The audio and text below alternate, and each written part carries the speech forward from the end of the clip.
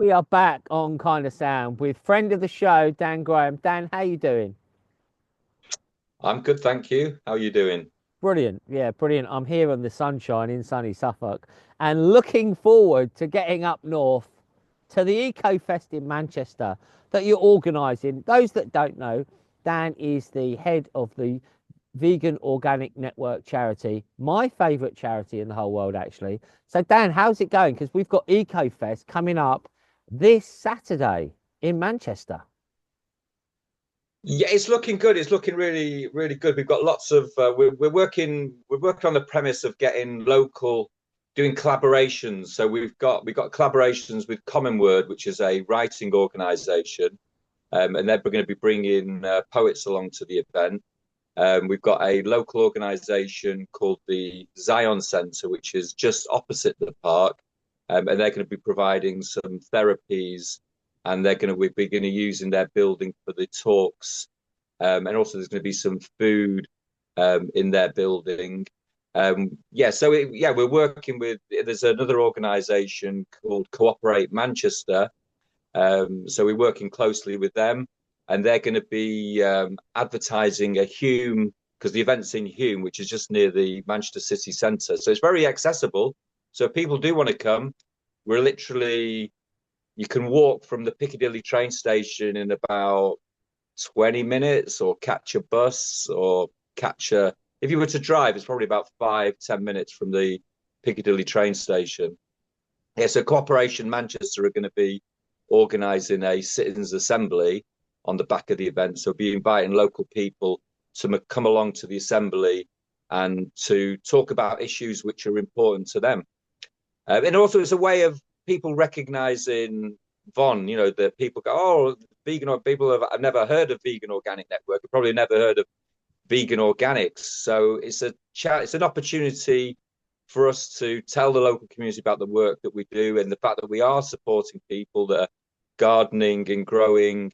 And we do have funding, for people that want to either go on courses, or organizations that want to grow food in their plot veganically, and we can provide information and resources. So we've been doing lots of advertising. We've got big A2 posters and a great big 8-foot banner on the park, which goes by the main road, Stretford Road. Had 10,000 flyers printed. I was out yesterday doing flyering. We went to the local park, well, the Alexandra Park, which is a bigger park, and they had this event called Somaliland. So apparently Somalia uh, was got its independence from Somali. Somaliland got its independence from Somali 20 years ago. Anyhow, they were having a celebration. They're having music and stuff about it was their Independence Day celebration. So yeah, gave them a few flyers. So I'll be interested. I'm not quite sure how many people are going Yeah, to turn up. yeah. Well, it's a Uh, free event, isn't it? A free event. this is another dimension. Is that we're sort of like I went recently. I was at the vegan animal rights conference in Manchester, Yeah, which is quite swanky. Do It was at the Mercure Hotel in the city centre, and it had a very it was a posh hotel with yeah. big rooms with chandeliers, and it was very well organised and everything. But and there was some brilliant ideas, and discussions, and us vegans sort of always come down to the same thing: how do we get our message over to people? How do we create a vegan, cruelty-free world? And basically, this is what this is. It's saying, well, the only way it's going to happen is if we go out and talk to people and reach out to people and invite them into our world. And this is what this is. It's an invitation for everybody to come for free. In fact, it's more than free, because if the first 100 people get a free goodie bag. So we've got lots of goodies that have been donated. We've got Unicorn, our local vegan grocer. They're donating a couple of boxes of apples. We've got Booker chocolate bars. We've got Suma donated products. YNN, well, they do cosmetics. They're donating something. So yeah, we're getting. So not only do you get in for free, you could get a free goodie bag. Well, I tell you what, Um, get along, people. It's the 24th of May. It's 11 till 5, 11 in the morning till 5 at night. And it looks absolutely incredible. Live music from the Perpetual Chorus, no less. Stalls, vegan vendors, food and drink, yoga, circus skills. Is that you with the circus skills, Dan? well, yeah, I have got a bunch of circus equipment as it so happens. And There's myself and Cherry, who's also a bond trustee. She's a professional basket maker, yeah, and during the King's celebration, she was commissioned to make several wildlife animals, a squirrel, a hare, an owl, and a few other animals to be exhibited in Westminster as yeah. part of a nature trail for 2 months in London. Anyhow, now they're going to be in Hume Park for the Hume Eco Fest. Oh, come Um, on. Plus, she's going to be doing some basket making workshops. And also, we've got the Growing Nature Academy there. So Michelle, one of our regular supporters, and from the Vine Veganism and Education, that we work closely together, doing the Growing Nature Academy. She's going to be there. Yeah, I think everyone's going to be there. George Harrison, George, George, are they still? Not like, sure. he'll be there. He'll be there. George will be there in spirit, won't he?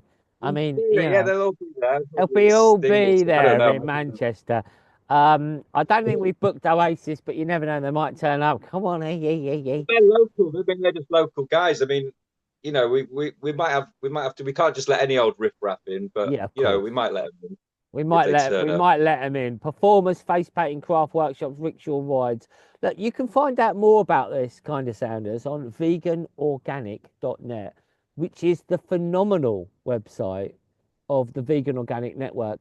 Dan, let's just back up a little bit. I mean, some people will have heard our shows before, but for someone who is coming to this for the first time and they're hearing these words veganic or vegan organic network, I mean, why? Should we have, why should we look into growing our food as gardeners and as farmers in a vegan organic way?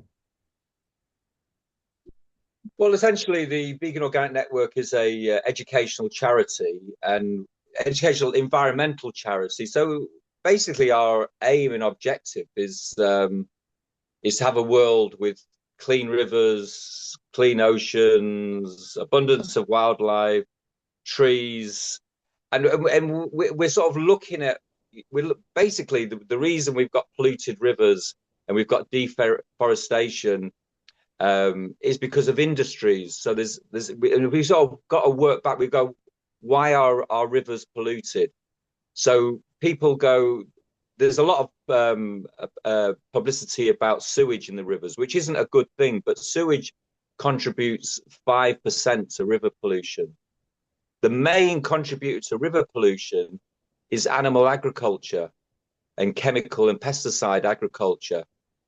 That contributes over 40%. So it's massive compared to the sewage. Yeah. And why it's not talked about, I don't know. So we got to work back and we got to go, well, the growing with chemicals and pesticides is not only unhealthy for our environment. Pesticides come from chemical weapons. That's where they were developed from. Fritz Haber, back in the beginning of the 20th century, he worked out how to make chemical weapons, which were used on the battlefields of the First World War and the Second World War. He invented Zyklon B, which was a pesticide. That's actually what it was. He used as a pesticide, but also it was used in the concentration camps, in the Nazi concentration camps during the Second World War. And also fertilizer, the main use of fertilizer was used to make bombs. So it was made to make bombs in the First and Second World War. So, and it was only at the end of the Second World War that these factories, bomb-making factories and chemical weapon factories became redundant, and they created someone came up with the idea of the Green Revolution and turned these bomb-making factories and chemical weapon factories into pesticide and fertilizer factories. And the green revolution, the only way to feed a growing population is with the green revolution. And the green revolution is a little bit about the regenerative agriculture. So regenerative agriculture is another buzzword which doesn't mean anything. There's no certification, there's no standards. Which, in order to be organic, you've got to be certified. You've got to jump through hoops. Anyone can use the word regenerative, and the green revolution it was a big marketing thing, and the organic movement was only born after the Second World War. The organic movement was born in the 1950s, so after this pesticide and chemical. So before that, food was organic. Yeah.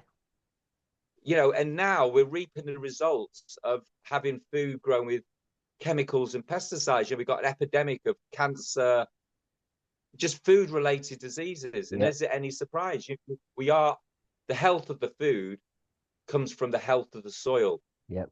And the health of the planet. That if we just focus on the health of the soil, 1 teaspoonful of healthy soil contains more microorganisms than there are people on the planet. I mean, get your head around that. Yeah. We know less about the soil than we do about outer space. Yeah. We're just sort of going the plants. And we go, how do we grow plants? Plants have been around a lot longer before human beings. Plants have been evolving. We were on a bare rock.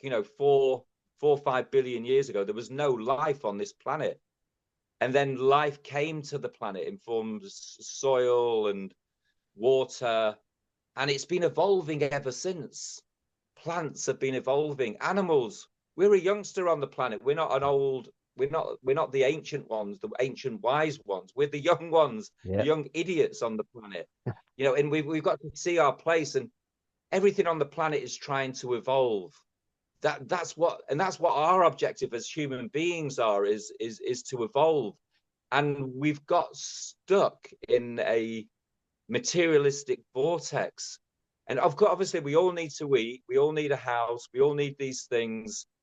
But the materialism has become like a disease and is destroying our planet, because it's become like a disease. People that are billionaires are still trying to make another £1 billion, and they've got a disease. Anyhow, the way this comes around to vegan organics, I've sort of gone around the houses a bit here, haven't I?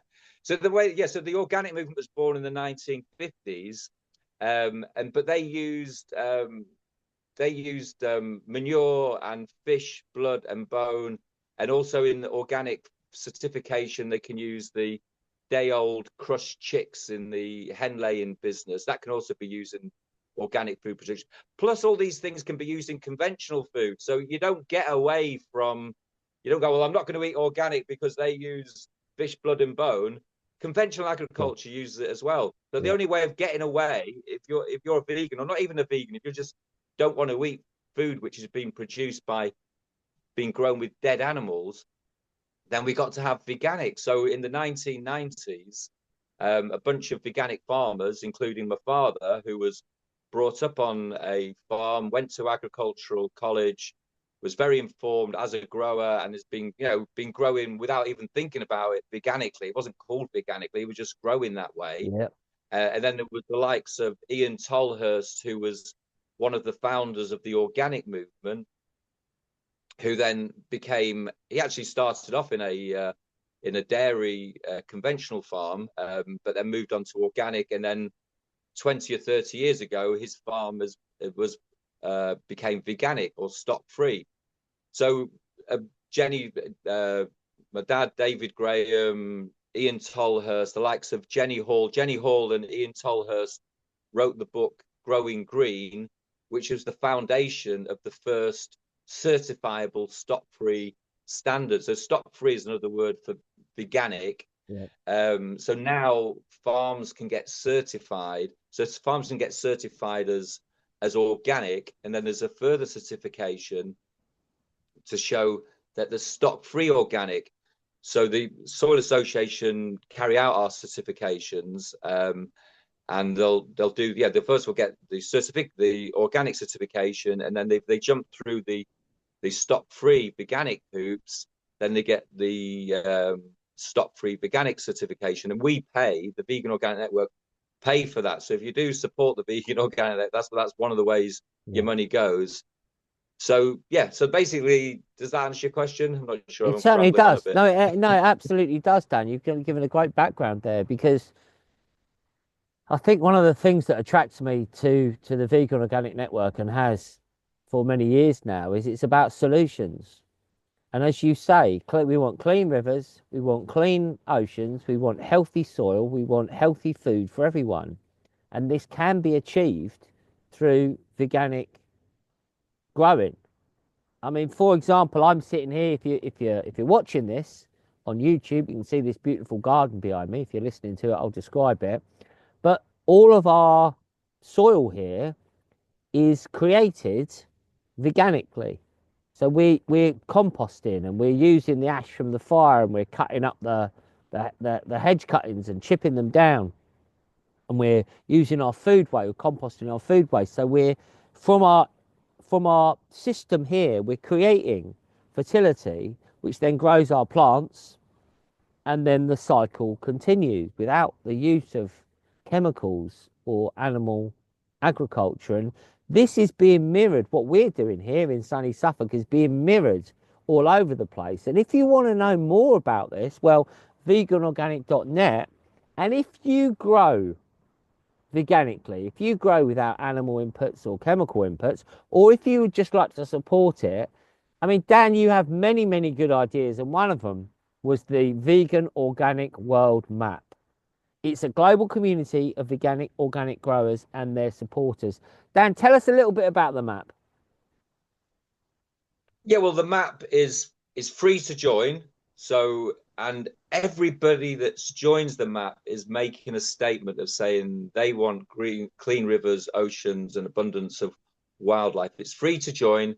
So you can join the map. So I'll start off the sort of talk about the supporters. So there's most people don't grow anything. So they go, well, the map's not for me, but it is. You can join the map as a supporter.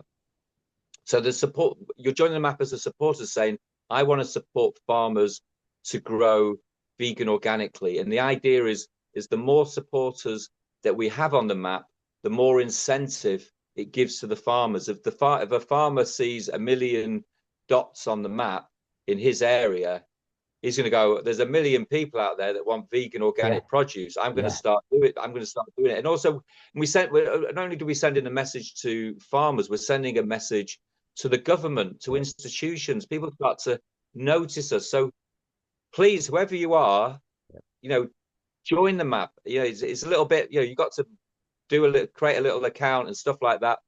But also you become part of a community. You're then you can message other people on the map. You might see people in your area and you can connect up with them, say hi, or you might need some help picking your produce, and you can message your neighbors in the vicinity that are also on the map.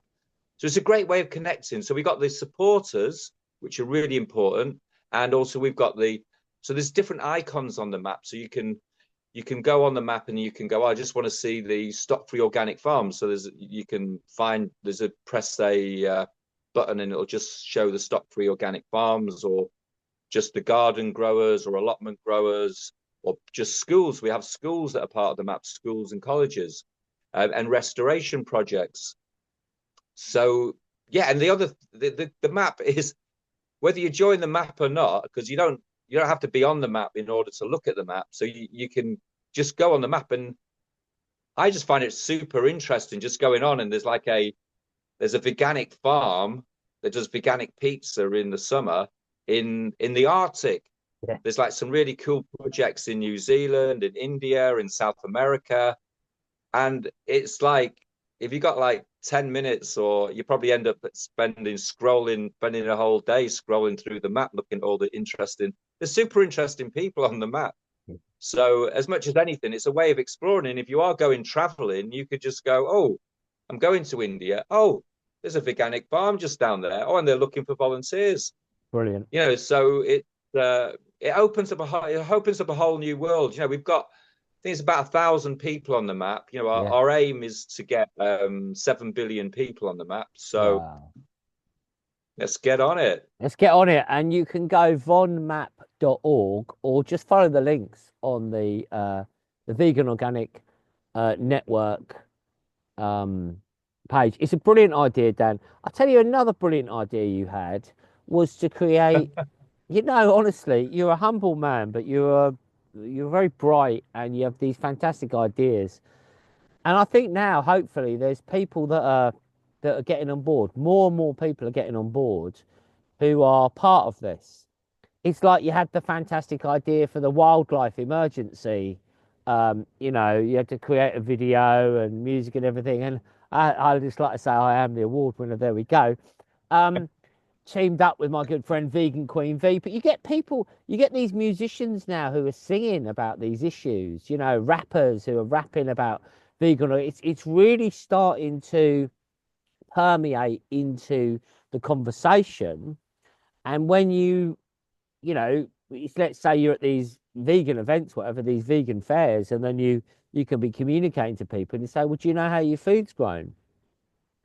And these people, they don't want to have animal, well, they don't have cruelty, you know. And then we'll just say, well, how's your food grown? And then when you actually get into the understand, you explain to them how, if it's conventionally farmed with pesticides and herbicides and all this, well, that's just causing harm.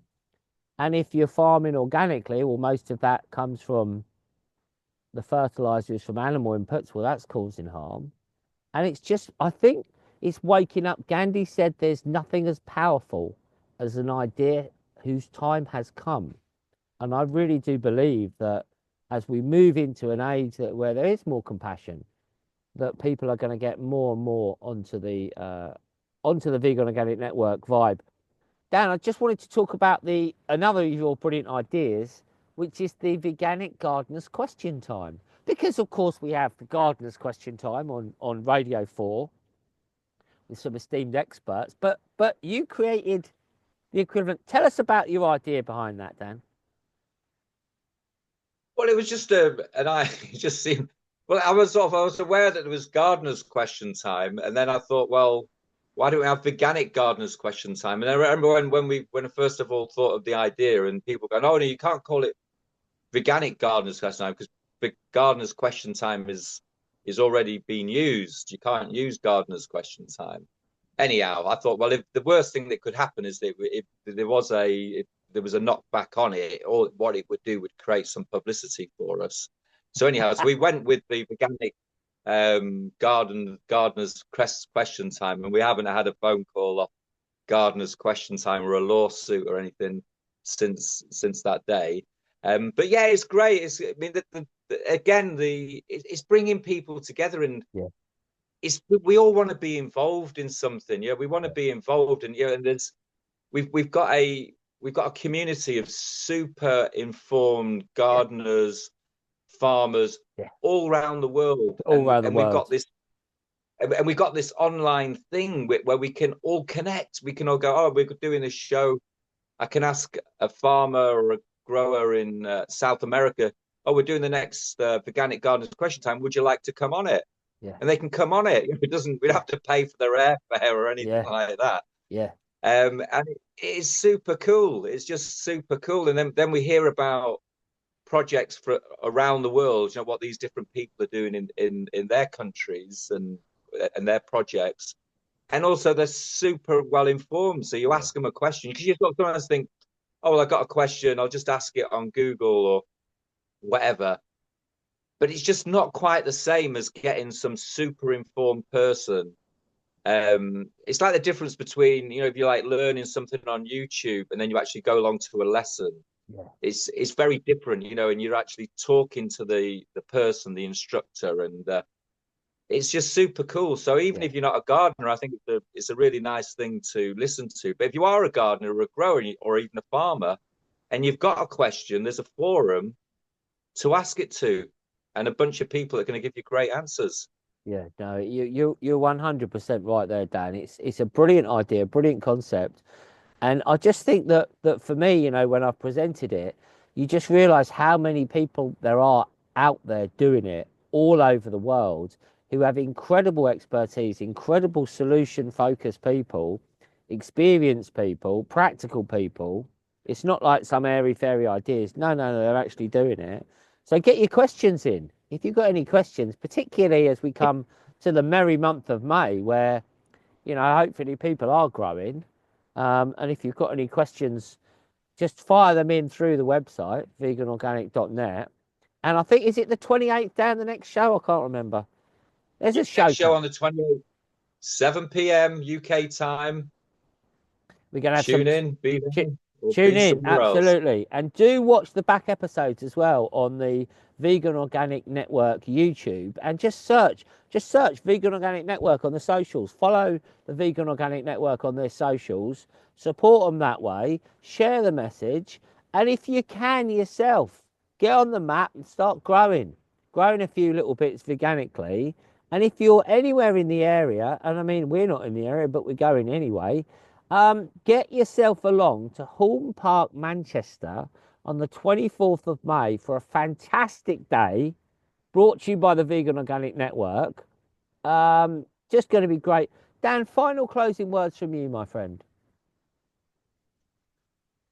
Well, thank you, Giles, for being part of the network. Giles and Juliet and the rest of the team. We've got such a cool team of people. There's Sarah, Michelle, Paul, Matthew, Cherry. The list is too long, you know, but we're an open organization. We have monthly meetings and we welcome people to join our meetings and welcome people with ideas. So yeah, get involved. We do have a magazine, Growing Green International, which is produced by Paul and Matthew, full color magazine. It's a great read and full of stories, articles, and information. And if you would like to support us, make a donation or become a member. That's how we support other people around the world, is by our supporters supporting us. Yeah, So yeah, brilliant, grow, Dan. keep it green, clean, and cruelty free. Yes, yes, yes. There you go. I've got the t-shirt, everyone. I've got the t-shirt. It says it on the t-shirt. I like to tell people when they come round for food, I I say, appreciate it here somewhere. there we Really. go. Boom, he's got the new one. Don't panic. It's veganic. There we go. Look at us. Look at us looking fantastic. Two young bucks in our Von t-shirts. What can you say? Well, Dan, I look forward to seeing you up in Manchester, my friend. If kind of sounders, if you can get there, get there. If you can't, go veganorganic.net. Think about joining the Vegan Organic Network. My favourite charity in the whole world. Solution focused. We can change the world. We can make a better world for ourselves and for the animals and for our environment. Dan, thank you so much, my friend. I'll see you soon.